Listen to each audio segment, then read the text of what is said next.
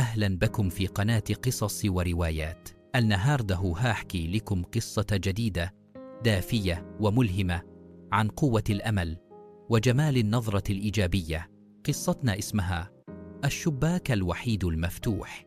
كان يا ما كان في بيت صغير في حارة هادية، كان فيه ولد صغير اسمه ياسين. ولد رقيق، قلبه كبير بس جسمه ضعيف. ياسين كان مريض وقاعد في أوضة صغيرة معظم الوقت، ما بينزل شي يلعب مع الولاد في الشارع وما بيجري ورا الكرة زيهم. الأوضة كان فيها شباك صغير، الشباك ده كان وحيد ودايما مفتوح، بيطل على شجرة قديمة في الحارة. الشجرة دي كانت فيها ورق كتير وعصفور صغير يغني في الصبح. ياسين كان كل يوم يصحى يبص من الشباك، يتفرج على الشجرة، يعد الأوراق، يسمع زقزقة العصفور ويحس إن الدنيا لسه جميلة. لما يكون تعبان جدا يقول في سره: لما أخف هنزل أجري وهلعب تحت الشجرة دي. اليوم ورا اليوم الدكتور يجي يكشف عليه ويقول: ياسين أنت قوي. وياسين يبص على الشجرة ويرد: أيوه أنا قوي زي الشجرة. الأسرة كانوا زعلانين عليه، بس ما كانوش يعرفوا إن السر كله في الشباك المفتوح وفي الشجرة اللي برا.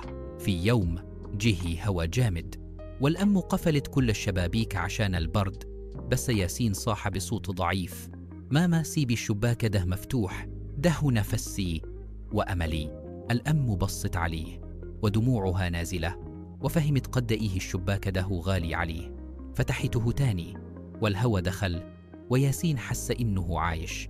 مع الأيام ياسين بدأ يتحسن وقام يمشي شوية في الأوضة ويقول: أنا قريب هنزل ألعب في يوم شمسي جميل.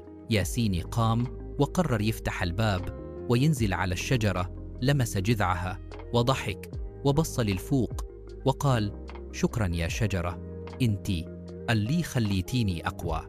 الجيران كلهم بصوا عليه وسقفوا، والأم جرت تحضنه وهي تبكي من الفرحة. العبرة ساعات حاجة صغيرة زي شباك، زي شجرة، زي عصفور، تدي الإنسان قوة كبيرة جدا.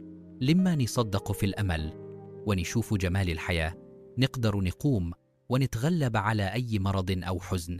كونوا زي ياسين، خلوا شباك الأمل دايما مفتوح.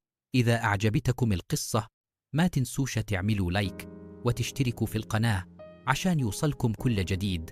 شكرا ليكم.